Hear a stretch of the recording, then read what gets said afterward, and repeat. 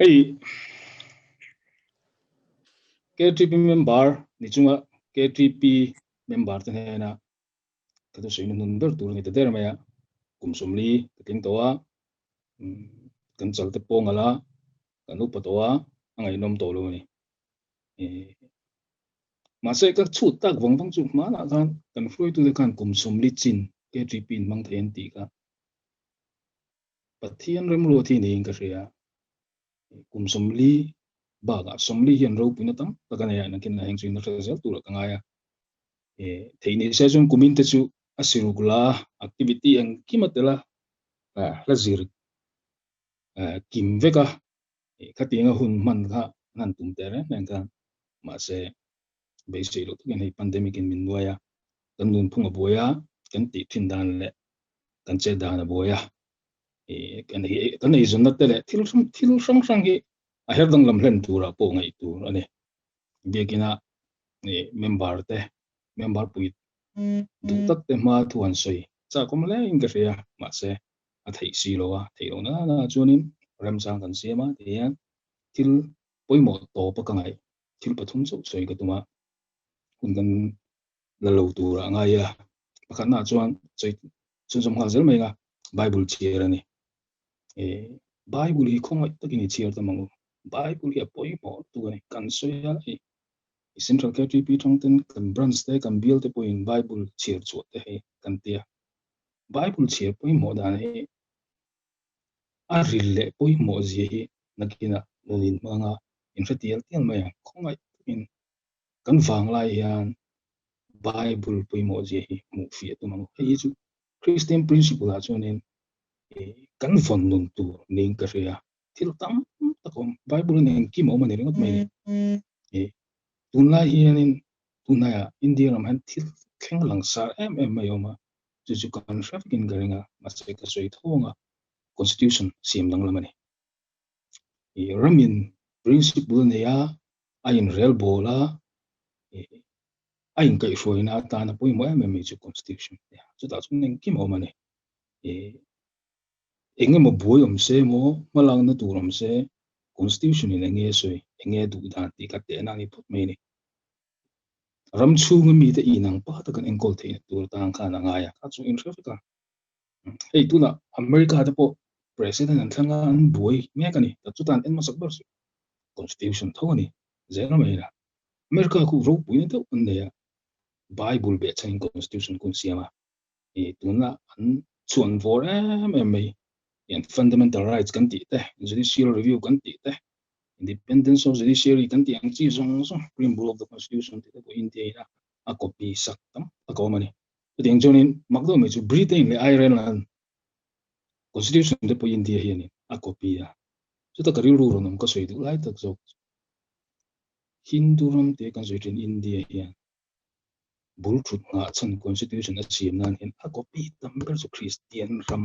constitution tak bible ngat chana bible ngin chana roman na siamte khang hau ti na kha alak ber ani tak me ya pe chon in khang ram kan tia democracy ram ro pi ber india kan ni tadi ta hil mai ni chu tiang chi chong kan soi du lai chu constitution poi mo na kan soi to wa christian tan chum bible hi dan dal ber ni ringot mai ni spiritual law siama pathian thu tiam te kim chang takin no ma athuoya azom tu te loman pe ka tiama aro puina ber chu pathian mihring te ta na pathian in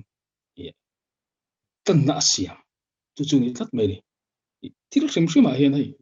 lawyer tam tak te no ma dan hi siam ani ra rangin fir takin ankal pu thini hei mihring te na zalen na kan nei rual tlan theina to nan zo ka ruam man na ani thina dani na ti tu ra ti lo tu ra ti te a ngong te fel taka soilam thini ni christian thanuna point thil har sa mai kan christian pasal thra mi voisin te poina har sa nan nei fo mai chu bible akip ko ye zoman ni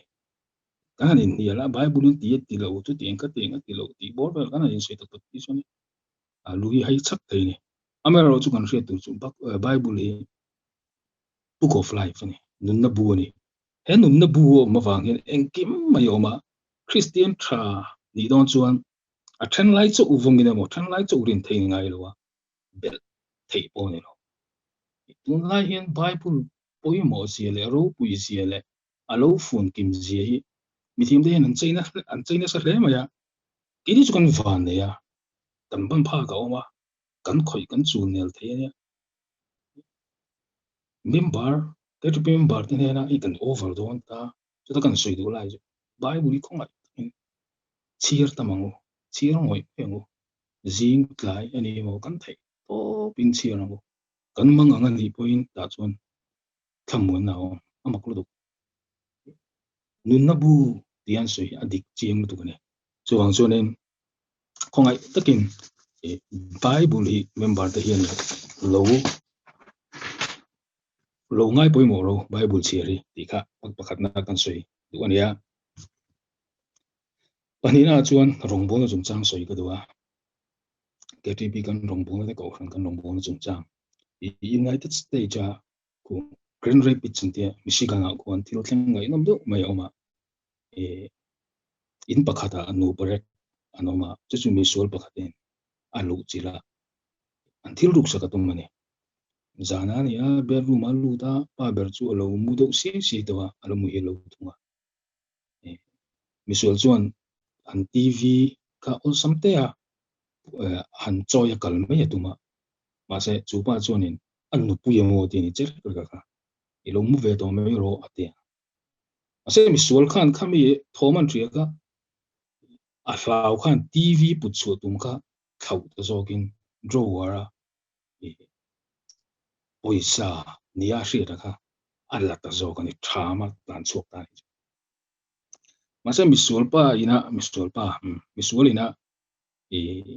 poisa mo ti atham chu kha atlan chu ka poisa le mani ale lam ka dollar som ni le mani ale lama zo khan pathian ma ina thuin je kan irin ha tilaya bookmark kan tiang do la kian khatiang kha an ania chu mi so zon mak do mai chu thil ru ka chu ti su hin tia ama ha in musika poisa mo ti lo ni mi lo ka amaro chu apai fe ko wa kha athil ru ka achir ta ni chu ta zon mak lu tuk mai chu khata tang khan chan dam na chang ta ni Pathian hriat pha Christian a bek pha so la khan Damascus khokonga isuain lar kha apai sei ho longa isua zui tu tenge ngai sarap thak tur kal khani ma san ni po be sei lo in thilo mani so la kha anu po la ti ta khan Pathian ma na kha chiang em ma ya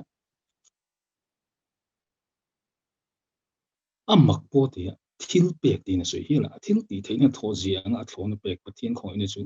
mi pek ziang zelin chu chan chin thorong bo tu siam ka ni FSC bung tum chang sai akhan ti hil ni he wang to khen kan soi do la ju ke GP nga kan chet vel na kan nat lan na rong bo na kan nei thin te sanga kan zong na flat kan zong na kan sport ve promise kan pek te chang zong ti thin da so na lo eng lo chu tiang ka tiang bla bla bla ti ko me te ma se Pathian tan le mi nga kan ti ra hi Pathian ni lo chiar ko thina kan rin lo lam dei a hian chung kan tho Pathian tan kan ti te ka mani na lo om thina ni ti sat ta ang te kan sa kan Pathian thu kan zia ma nu kan zia mai theng te po khang te po ka Pathian khanin chan mi dang ta chan chuana ana mang thei lap me chu chu bang chung thil hi kan chian fek lo chu hi kan chian fek chu hi thil thi kan ni ti na ni lo wa a thaber ti na pon lo wa kan chian lo hi tam ta ko ma chu bang chuan Pathian ne na hian in hatila ke tri pi nga kan chen ven na zong zong te thing ti tu na ni lo ra ne Pathian a khoi lai ber kan nge mal som don ti kan fe lo ra ne chu bang chuan thei to bin na kin je la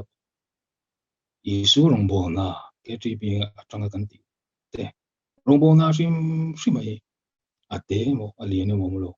ti zef turin kan cha du bok chu ne apathum na tom na vera thamon na chung chang kan soite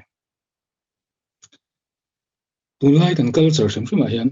poisa tam tak kan ne a kop pui kan ne a din mun tha kan chan chuan limel nom tur in ngai na in min che ne chumi tam pakian kalra yeah money is everything ten tia and everything thing na mo kha tamani heng thil te hi nei thei tu nei tum tu ni chet lak bok tu ni chu nei tum chu adik lo nom rang lo amaro chu kan hriat lo thin lai so ka ta chu mihring hlim na thlen tu ani lo ti sum nga hlim na ni lo mihring hian thlamu na zong char cha noyam amak lu tu chu mi an nei ma chuan thil sang a zong mai thi rui lo a po zong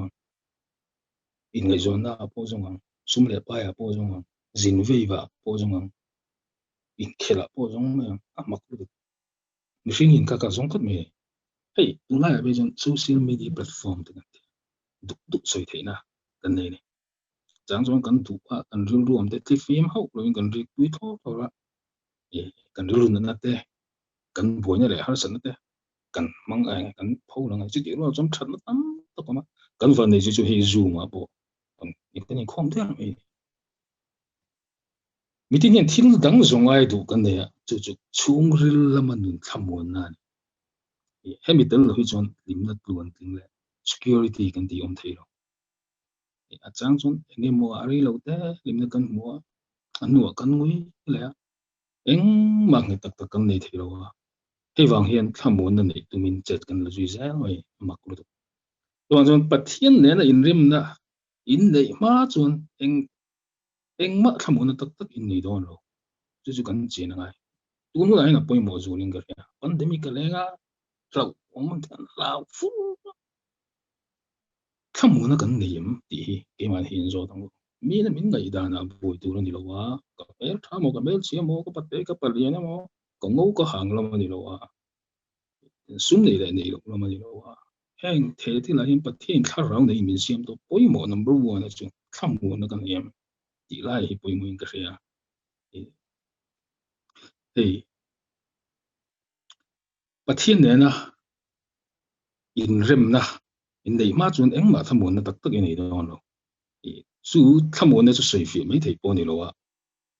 heng thu hi in ne na soi do hi ke ma hian in thamon na turin zuana bungsong pur changsong tum pathum ma kha ti ni dal isu a chi hian thamon na ma heti lai ta kai nakin ze la po fi zol po in nang wani po in lo in nei tu la thain ka fe zana in mua thi tu lo in ngai u la le ron hi nga thi tu lo ngai u la mo tu ka nge hling dong kan lo wa chunga chuan thamon na kan ta chu po mo te na chu Christian core value Christian na kan in zok tu kan chen tum tu lai chu ani in ka fe a Bible chuan pathian thamon na lu reng reng a sen lo khan I thin lung la I ngai tu chu Krista a ven sa kun chu atia thamon na dik tak chu dal pai su Krista chu ma lali su chu in kan thin lung mo min be thea ama chu in thamon na top thei lo min be thei ni to ko vel anxiety kan ti kan buai malamun lo na nga tinge malamun ni kan lo khoi tinge nga tinge malamun ni kan ho lali su kan ni lo ni isu na chu na tu kan lo ma mo voin isu ni tu chun thamon na ni anxiety ni mo depression ni mo Christian perspective as one that me till down chun that chikat ni mai te ma se ali suan en chuan kha thamon na nei tan chuan kham anxiety te depression te kha ne the eng ma ni lo chuan chun ke ma ni thon zani la yen lo in nei tuila ka du chu thamon na ka nem